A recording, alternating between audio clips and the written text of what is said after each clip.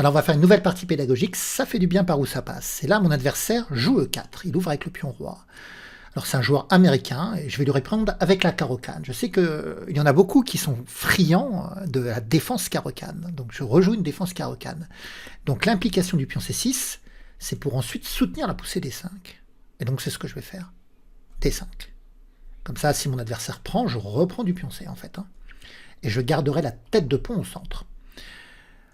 Alors il pousse, il fait la variante d'avance de la carocane.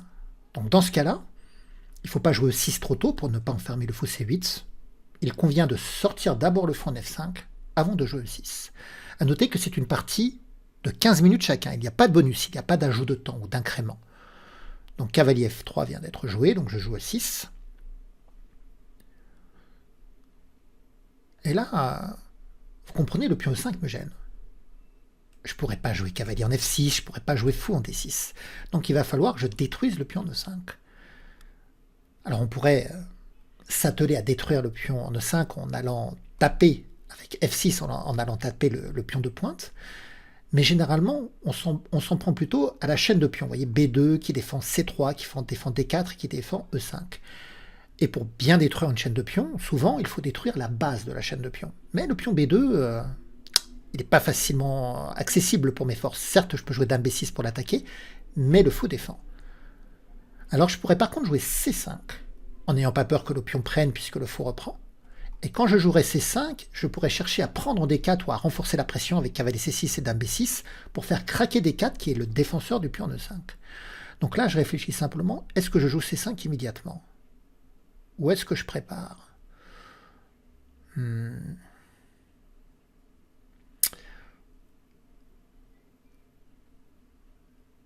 Je sais pas.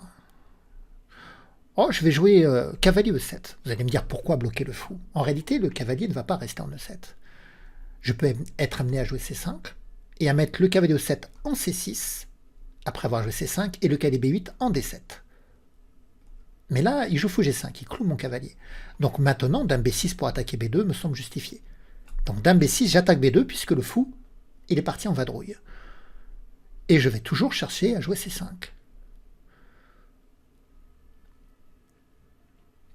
Il joue dame C1. Et donc, C5. La pression sur D4. Vous voyez, j'attaque 2 fois, il défend 2 fois. Mais bientôt, cavalier C6. Alors, l'un des deux cavaliers va venir en C6 attaquer D4. Je réfléchis encore sur lequel, parce que je parlais de cavalier E7 en C6, puis cavalier B8 en D7. Mais peut-être que... Ouais, là, de toute façon, il vient attaquer C5. Donc, je vais jouer cavalier E7 au C6 pour permettre au fou d'aller défendre C5. Parce que je pouvais avoir une autre idée, mais... Voilà, jouer comme ça. Voilà. Donc, s'il prend C5, je reprends du fou.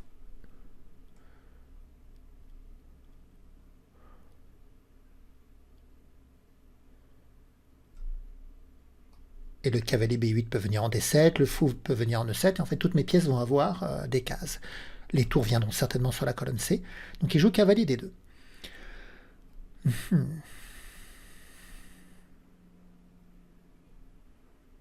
Et là, je regarde la prise en D4. Parce que s'il reprend du pion C, je peux avoir cavalier B4. Et cavalier B4, non, ça va pas. Parce que prise, il reprend du pion C. Si je joue cavalier B4, il peut débarquer en C8. Mon idée, c'était, en cas de prise, cavalier B4, c'était de faire planer la menace cavalier C2 pour attaquer le roi et la tour sous protection du fou. Mais ça va pas parce qu'il débarque en C8.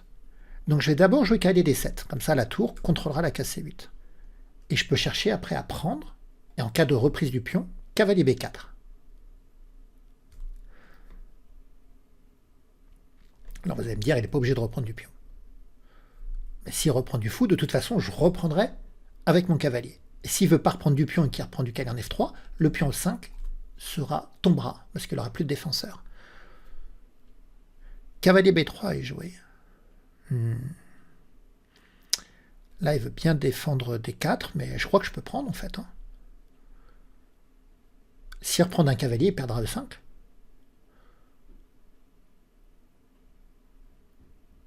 Ah ouais, mais il faut que je fasse attention, parce que s'il reprend un cavalier, Faut pas que j'oublie que lorsque son cavalier bouge, son fou attaquera madame. Ça peut être dangereux.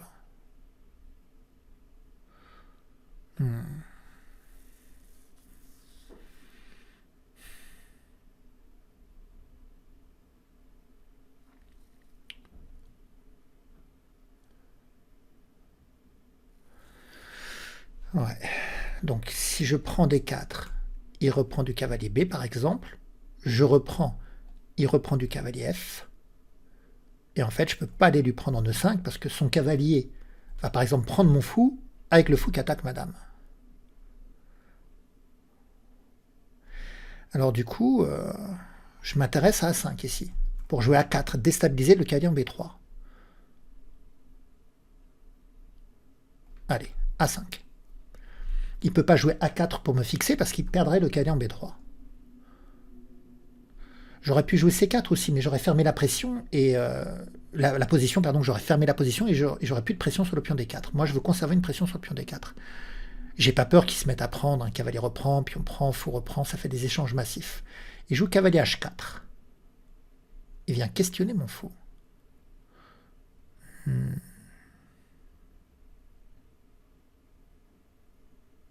Bon.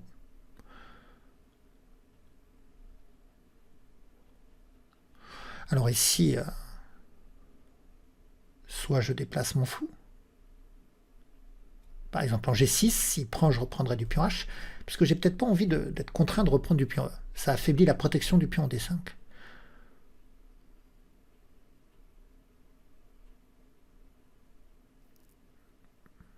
Ce que je vais faire, c'est que je vais faire une étape en E4. Je vais d'abord venir en E4 pour essayer de lui provoquer le coup F3.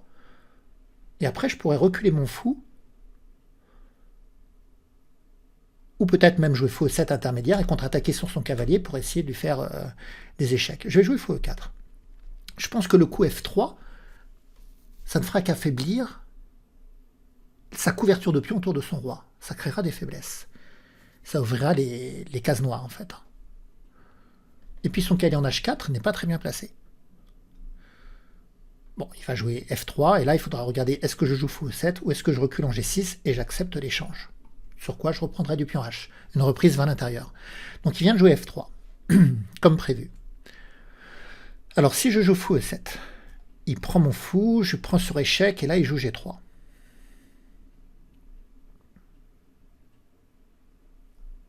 Bon, j'aime pas trop. Donc je vais reculer en G6. Et je l'autorise à prendre mon fou de case blanche.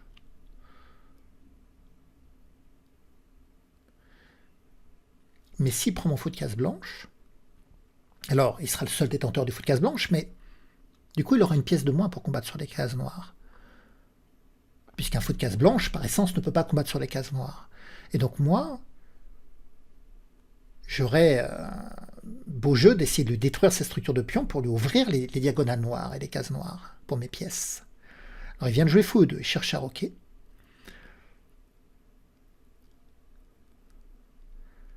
Alors si je joue A4, il fait cavalier prend, pion prend, fou prend, et s'il reprend du fou, je reprends de la dame, et je contrôle la case G1, donc il ne pourra pas roquer. Donc A4, c'est pas mal. Maintenant, s'il vient en D2, il peut revenir en D2, tout simplement. Mais à ce moment-là, prise, s'il reprend du pion, cavalier B4. Avec cette menace de rentrer en C2, en fait. Mais attention, parce qu'à tout moment, il peut prendre mon fou de case blanche, et donc je pourrais plus appuyer l'entrée en C2. Sinon, je peux jouer fou E7 aussi, pour lui taquiner son cavalier, pour le questionner. S'il prend, je reprends. Et donc, s'il fait petit roc, cette fois-ci, la colonne H sera ouverte.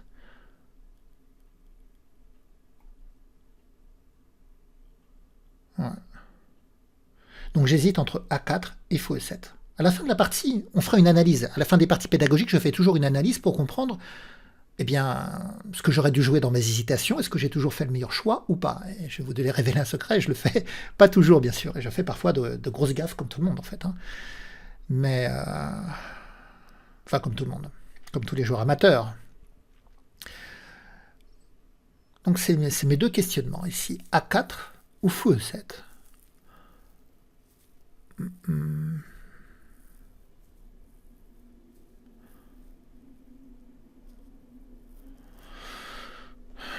Bon, je vais lui jouer à 4.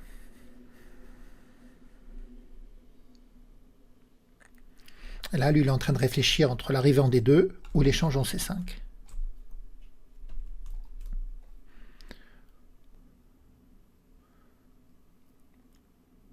Donc il prend en C5. J'ai pas envie de reprendre du fou de case noire parce que il prendrait du cavalier. Après, je reprends, mais il serait le seul détenteur du fou de case noire. Or, j'ai l'impression que les cases noires, c'est important ici de contrôler les cases noires, notamment depuis l'ouverture de cette diagonale avec l'avance du pion F3 qu'on a provoqué. Donc je vais reprendre du cavalier. Voilà. Ici, son cavalier B3 est toujours attaqué par le pion, et son pion E5 est attaqué également. Donc il prend, je reprends du fou. Il peut reprendre, je reprends de la dame. Et là, on voit tout l'intérêt d'avoir provoqué le coup F3. Il peut plus roquer. La dame contrôle la case G1. Il joue F4. Ouais, il voulait défendre le pion E5, bien sûr. Alors ici, qu'est-ce que je regarde comme coup?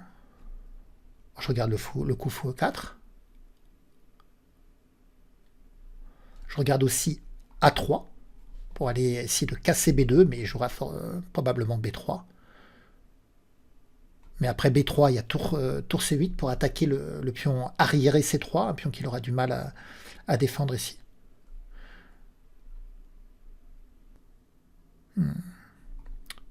Sur A3, il peut jouer B4 aussi. Hein. Ouais. Tandis que là, s'il joue B4, j'ai la possibilité de faire la prise en passant.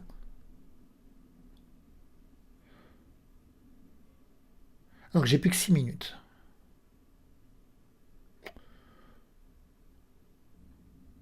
Je réfléchis à jouer tour C8 d'abord. Le problème, c'est qu'il pourra jouer à 3. Mais à 3, cavalier A5, on menace de rentrer en B3 quand même. Allez, je vais jouer tour C8. Donc l'idée, c'est que si je joue à 3 et qu'il contrepousse en B4, cette fois-ci, je peux faire cavalier prend B4. Parce que s'il reprend du pion, j'aurai ma dame plus ma tour qui pourront prendre en C1. Donc là, j'ai préparé le coup à 3. Le coup de boutoir.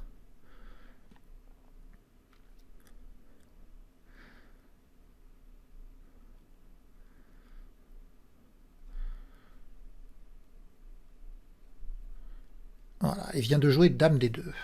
Il se retire de vis-à-vis, mais j'ai quand même envie de jouer à 3 en fait. Hein. B3 ou la prise. Ah oui, je peux pas prendre en C3 tout de suite parce que j'ai le cavalier encore. Maintenant sur A3, il peut jouer B4. Ouais.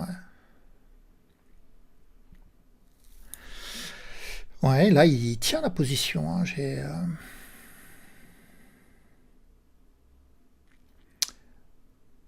Tient la position, alors il peut pas roquer.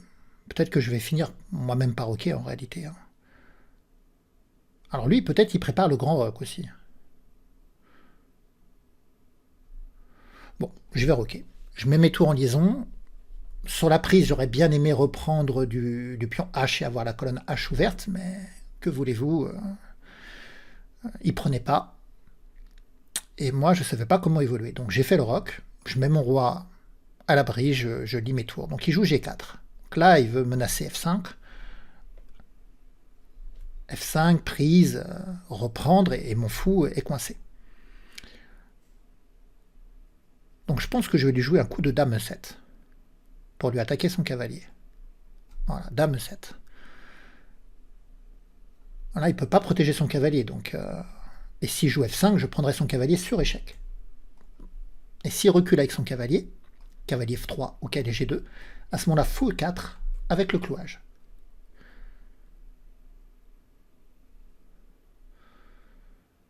Alors il lance l'attaque sur mon petit roc.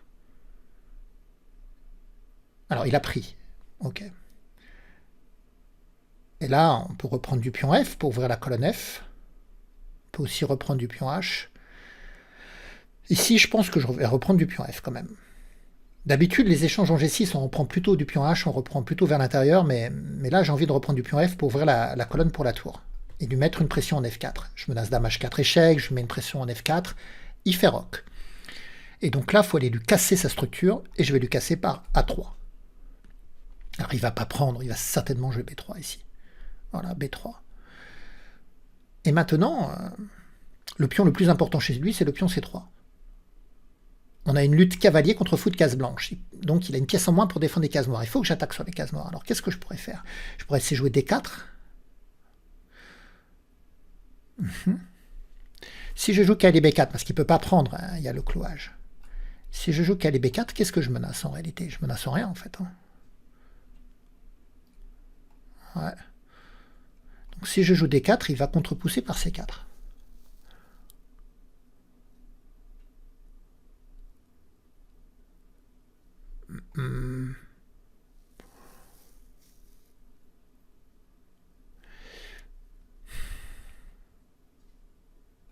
Je vais lui jouer dame C5. Je vais lui mettre un peu de plus de pression sur C3 encore.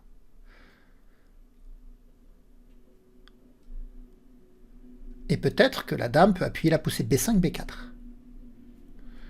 Donc il vient de se déclouer.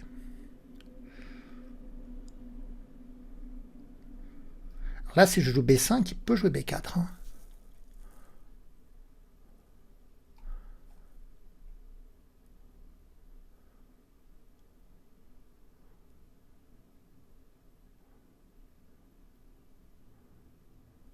Donc si je bouge le cavalier pour attaquer C3, il peut jouer tour C1 pour défendre.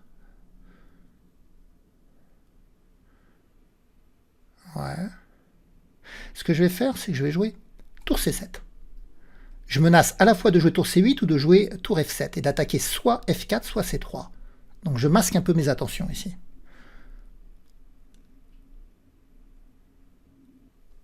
Alors que j'ai plus que 2 minutes. Ça va être très très chaud. Donc il joue tour F1, voilà.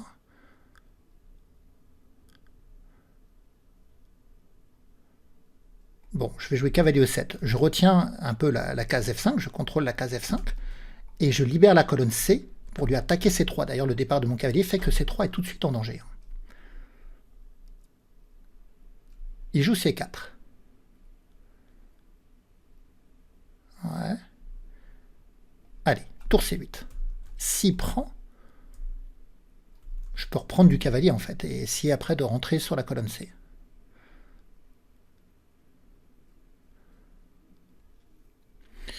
Il joue dame D4, il propose l'échange des dames.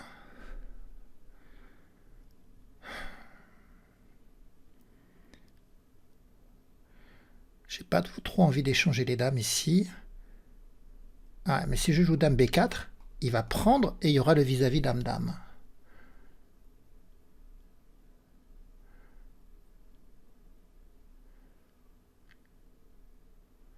Je joue dame A5. S'il prend, je reprends du cavalier avec l'idée, bien sûr, de rentrer en C3. Et là, je vais chercher à jouer B5, lui ôter le pion C pour rentrer en C2. Quand je rentre en C2, je lui attaque son fou et je menace tour B2 échec.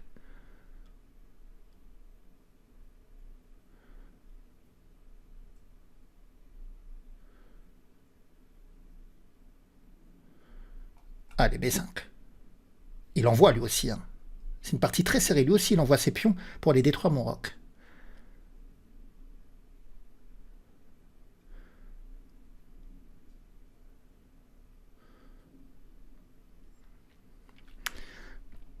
Donc il prend, cavalier reprend. Il va essayer de jouer F5 pour détourner le pion E pour me prendre mon cavalier, mais il y a l'arrivée en C3 qui fait très mal.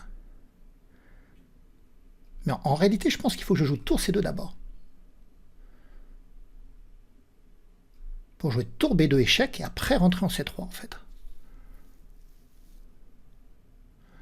Donc il vient contrôler. Ok, tour C2, j'attaque son fou. Et je menace tour B2 échec.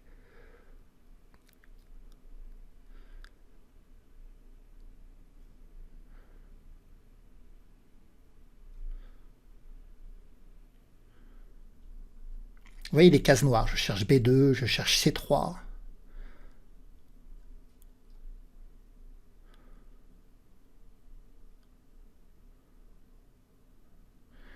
Par contre, j'ai plus qu'une minute 25 et comme je vous l'ai dit, il n'y a pas d'ajout de temps. Donc il y a un peu de pression au temps là.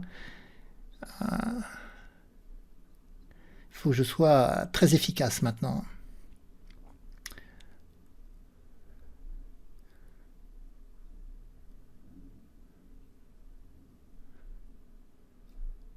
Je regarde aussi tour C1, tour Pro. Bon, j'ai pas le temps de tout calculer.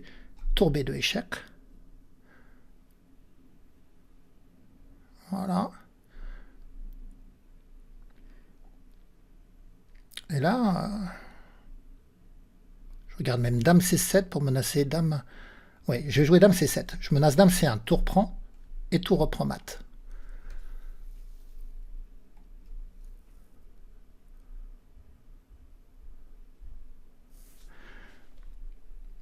Comme ma dame était là, je menaçais aussi cavalier B4 hein, pour avoir tour prend A2 échec. Bon, il y a tellement de coups ici que... Donc là, je menace Dame C1, c'est le coup immédiat, mais même Dame C2 fait mal.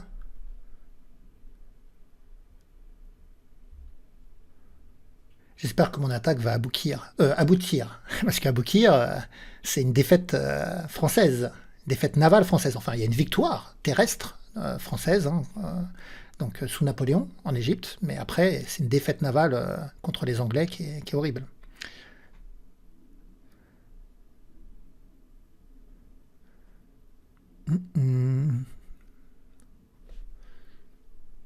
Alors, est-ce qu'il va voir cette menace Dame C1? Ouais, donc là, ok, il interpose, mais on prend et je gagne une pièce. Bon, il a fait ça pour éviter le mat, mais ça évitera pas la défaite.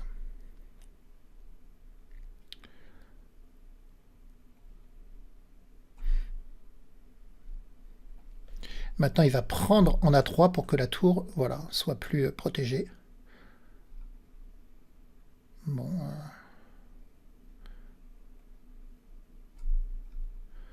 J'ai plus que 50 secondes. J'ai un cavalier de plus, mais... voilà, il n'y a plus que 50 secondes.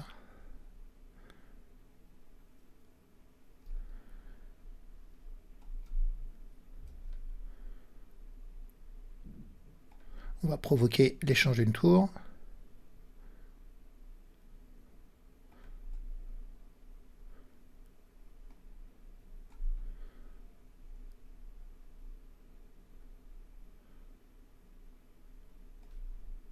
Il menace mat, là, en fait. Hein.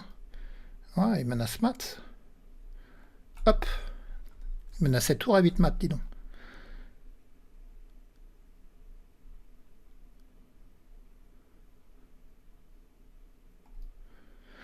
Voilà, plus que 35 secondes. 4 pions contre 2, mais j'ai un cavalier de plus, mais ces pions, ils valent pas grand-chose. Le problème, c'est que s'il prend tous mes pions, on ne pourrait pas gagner cette finale, en fait. Hein. Et je ne sais pas comment éviter qu'il prenne tous mes pions. Ouais, je vais faire ça. Avec l'idée que si je joue tour G5, je fais tour prend E5 en défendant mon pion. Voilà.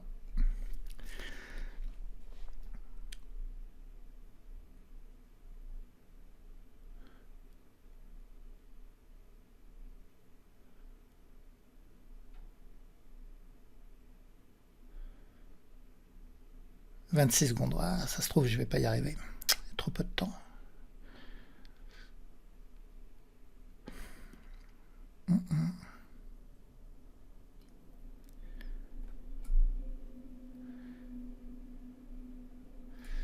Je vais jouer tour E4 pour lui prendre le pion.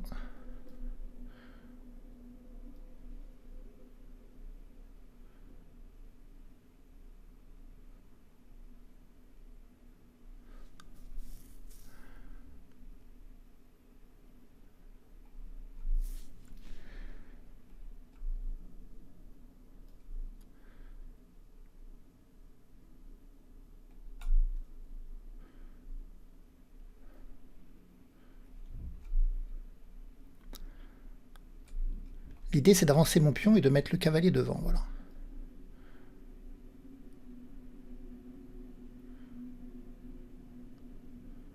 Le problème, c'est que son pion aussi, il avance là. Il me fait peur, son pion.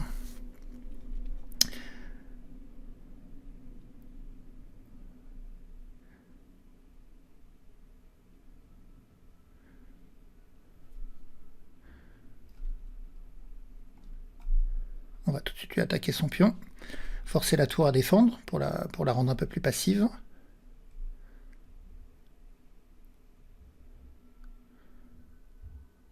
Et on avance le pion. 13 secondes.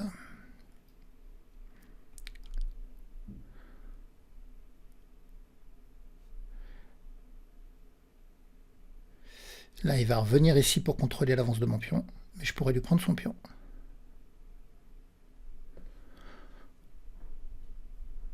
Vous voyez, il y a un peu de tension, je commente moins, mais là, c'est de la survie. Il n'y a pas d'ajout de temps, je suis obligé de jouer à tempo tous mes coups.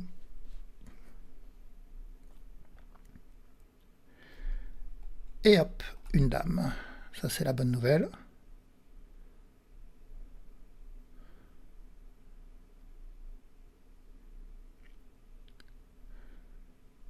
Donc maintenant, avec 10 secondes, avec la dame, normalement, j'y arrive. Il a peut-être pas donné la résistance la plus opiniâtre dans la position.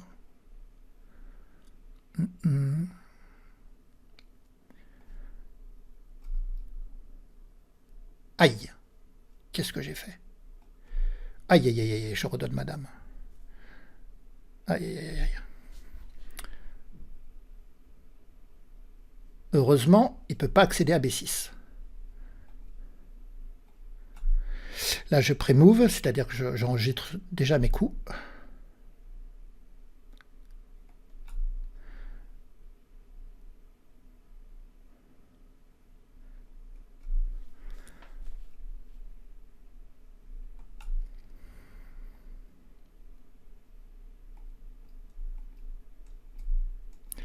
Trois secondes. Aïe, aïe, aïe, aïe, aïe, aïe, aïe, aïe, je vais pas y arriver. J'ai raté. C'est pas possible. Ah non, je veux pas jouer ça.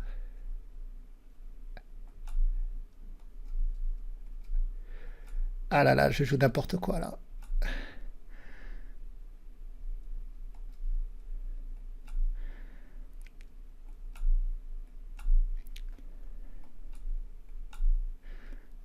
Aïe, aïe, aïe, aïe, aïe, aïe.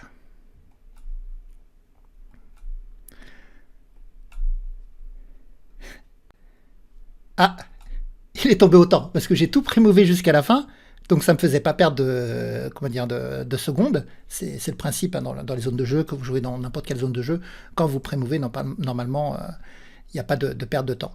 Et donc c'est lui qui est tombé autant. Mais bon, c'est mérité parce qu'il essaie de me faire tomber, mais il est complètement foutu. Mais c'est vrai que j'ai loupé. Je lui ai laissé la dame à la fin. Mais bon, on va analyser tout ça maintenant. Alors on va analyser tout ça et il y a un superbe coup à trouver. On va voir si vous allez le voir. Bon, alors l'ouverture, je l'ai plutôt bien joué. E4, C6, D4, D5, la carocane, E5. On sort le fou avant de jouer en E6. Donc cavalier F3, E6... Il joue C3, on joue cavalier E7, un coup qui pouvait surprendre, ce coup qui allait en E7, mais excusez-moi du peu, j'ai vérifié dans ma base de données, le dernier joueur à avoir joué ce coup, c'est ni plus ni moins que le nouveau champion du monde d'échecs, Ding Liren, le chinois. Il a joué cavalier E7 dans cette position. Bon, c'est involontaire, hein, c'est à l'insu de mon plein gré que j'ai joué comme Ding Liren, mais voilà, donc... et là, fou G5 a été joué. Mais l'adversaire de Ding Liren avait joué fou E2. Fou G5, et pour moi, c'est l'appel, c'est comme s'il a agité un chiffon rouge, en fait. L'idée de la dame, c'est de venir en B6 pour se déclouer et d'aller attaquer le pion B2, qui n'est plus défendu depuis la sortie du fou. Donc, je vais jouer dame B6. Donc là, il a joué dame C1 pour défendre B6. La poussée C5, c'est comme ça qu'on attaque la chaîne de pions blanche dans la carocane, par cette poussée C5. Il est revenu défendre en E3. Cavalier EC6 pour que le fou puisse défendre le pion. Pour l'instant, je joue soit le meilleur coup, soit le deuxième meilleur coup à chaque fois de la position. Cavalier D2, cavalier D7, cavalier B3. Là, je joue à 5 pour repousser le cavalier par A4. Okay. Cavalier H4 attaque mon fou. Et là, je joue le meilleur coup de la position qui consiste à jouer fou E4. À lui faire jouer le coup en F3. Un coup affaiblissement, comme on a pu le voir dans la suite de la partie. Donc, il a joué en F3. Maintenant, je viens en G6. Il joue fou E2. A4, je demande une décision pour son cavalier. Il prend C5, il attaque madame. Alors là, je reprends du cavalier, ce qui est tout à fait correct, et ce qui maintient l'avantage noir, mais l'ordinateur montre que le meilleur coup, j'ai pas pensé du tout, c'était de jouer le retrait dame à 7. Parce que le cavalier doit bouger, et après, on peut prendre le pion en C5 aussi, en évitant voilà, que le cavalier puisse prendre. L'idée, c'est que le cavalier recule, qu'il vienne en D4, mais le pion E5 et le pion C5 sont fragiles. Bon, l'ordinateur, il joue comme ça. Bon, moi, j'ai pas pensé une seule seconde. J'échange en C5. Et après tous ces échanges en C5, on s'aperçoit qu'il ne peut plus roquer parce que le coup F3 a été joué. Il joue F4 pour défendre E5. Ici, l'ordinateur, le module d'analyse de mon ordinateur montre que fou E4 est le meilleur coup. Bon, j'ai joué tour C8. En fait, je voulais préparer le coup A3 pour saper B2 et que C3 devienne faible sur la colonne avec la tour et la dame, en fait. Il a joué dame D2 et il s'est retiré du vis-à-vis. Et là, j'ai fait petit roc. Il joue G4. Et là, une nouvelle fois, fou E4 est le meilleur coup. J'aurais dû jouer fou E4, attaquer la tour, puis simplement dame E7. Moi, j'ai commencé par dame E7, mais du coup, il a pris en G6. Donc, j'ai repris du pion F pour mettre une pression sur F4. Grand roc. A3. B3. Et là, moi, j'ai joué dame C5, toujours dans le but d'attaquer C3. Et là, l'ordinateur montre que le meilleur coup, c'est D4. J'y avais songé, mais... Ok, j'avais pas peur de la prise, parce que le cavalier pouvait reprendre, faire des échecs, ouvrir la position, mais ce qui me gênait sur D4, c'était la poussée C4. Et là, l'ordinateur propose G5 maintenant, pour saper F4, gagner peut-être le pion de 5 après. Bon, je me sentais pas la jouer comme ça. C'était pas si clair pour moi. Donc, dans la position, j'ai joué dame C5. Alors, il joue roi B1, tour C7, tour F1, cavalier E7 pour tripler le contrôle de la case F5, parce que la tour va venir en C8 pour attaquer C3. D'ailleurs, j'attaque déjà C3. Il joue C4. Tour C8. Dame D4 est proposé changer dame, mais j'avais l'impression, à juste titre d'ailleurs, que son roi avait plus de problèmes que le mien, à cause du pion en A3, la dent du dragon, le pion qui est à proximité de son roi et qui contrôle, qui subtilise des cases très importantes, avec des idées de maths. Donc je me retire de l'échange des dames et je veux conserver les dames. Il joue H4, je joue B5. Et là, l'erreur de la partie, lui, il prend D5. Et donc du coup, ça m'ouvre la colonne C, le cavalier reprend une bonne place, et là maintenant il est complètement perdant. Alors tour F3, je suis rentré en C2. J'attaquais son fou qui vient en F1, tour B2, échec, roi 1, et c'est là. C'est là que je loupe un super coup. Alors, j'ai joué dame C7, avec l'idée de mettre ma dame en C1, et sur tour prend, de reprendre de la tour et de faire mat. Mais il a pu jouer ici fou C4, il me donne le fou, mais bon, il évite le mat, et il rentre dans une finale, parce que lui, il jouait autant aussi, il savait que j'avais très peu de temps. Mais j'ai mieux que dame C7.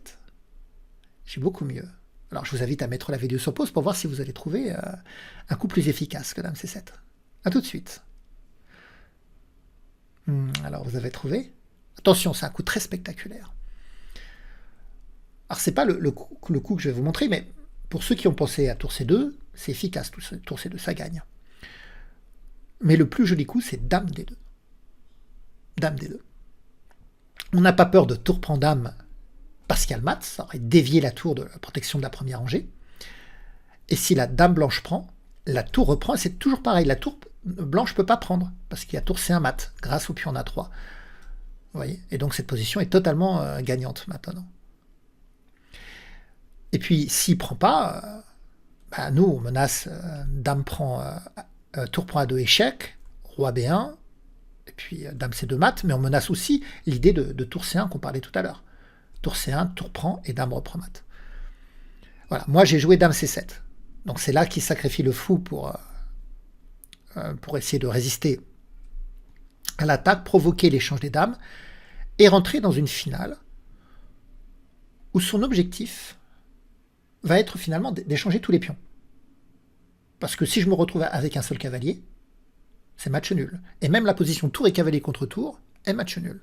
Donc je dois conserver les pions. Et là, vous voyez, il joue F5. Il veut liquider les pions. Alors j'ai pris en F5, il a repris, j'échange une paire de tours. Ici, j'aurais peut-être pas dû, mais j'échange. Et là, je joue tour 1 pour attaquer le pion 5. Il prend, et j'ai tellement peu de temps que je m'apprête à faire tour prend E5. Quel idiot! Heureusement que je ne l'ai pas fait, parce que sur tour prend E5, comme le pion contrôle la case F7, je me serais pris tour à 8 mat. Donc comme quoi, il faut être vigilant jusqu'au bout. C'est pour ça que j'ai joué roi F8. Il a joué tour A8, roi E7, tour A7, roi prend E6, tour prend G7, H5.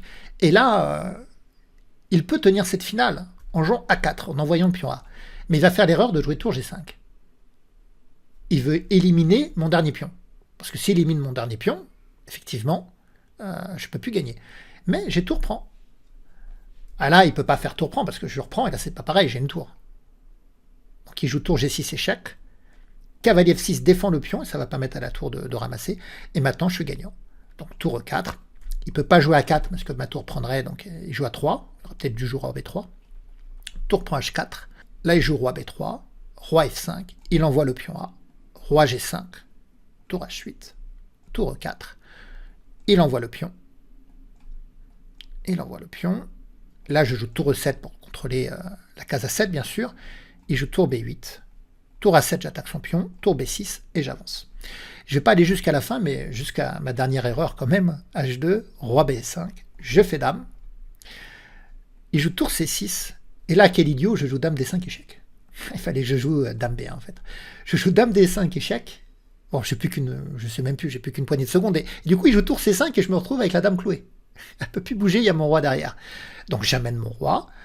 Et le cavalier contrôle la case B6, donc il ne peut pas passer. Et s'il vient attaquer mon cavalier, j'aurai le temps de venir défendre. Et s'il attaque mon cavalier, je peux même lui prendre son pion, parce que la finale roi-tour contre roi, elle est gagnante. Donc il joue roi A5, je rapproche mon roi. Et puis de toute façon, il va finir par perdre son pion. Il peut pas le conserver. Donc là, j'ai joué roi C5, j'aurais pu lui prendre tout de suite le pion. Et j'ai pris le pion. Et on arrive dans cette finale où, bien sûr, c'est gagnant pour les noirs. Je sais comment provoquer le mat. Seulement, j'ai 1 ou 2 secondes. Donc je me mets à jouer à tempo tous les coups pour pas tomber autant, mais je vois pas clairement le cheminement de mat. Heureusement, lui, à chaque coup, il prend un peu plus de temps que moi. En fait, il prémove pas ses coups. Et c'est lui qui va tomber autant. Qui est pris, qui croyait prendre. Voilà, donc j'espère que vous avez pris du plaisir, que la partie vous aura amusé, qu'elle aura été amusante, c'est plus important, que vous avez pu aussi avoir des éléments de compréhension dans cette ouverture de la défense carreau-4, parce que l'ouverture, je l'ai bien joué. Ça a été à chaque fois dans les meilleurs coups de l'ordinateur, dans les meilleurs choix. Puis on se retrouvera bientôt pour de nouvelles aventures. Vous pouvez me laisser des pouces, des commentaires pour booster la vidéo, la partager. Et on se retrouve bientôt pour de nouvelles aventures. Au revoir à la communauté, au revoir à tous.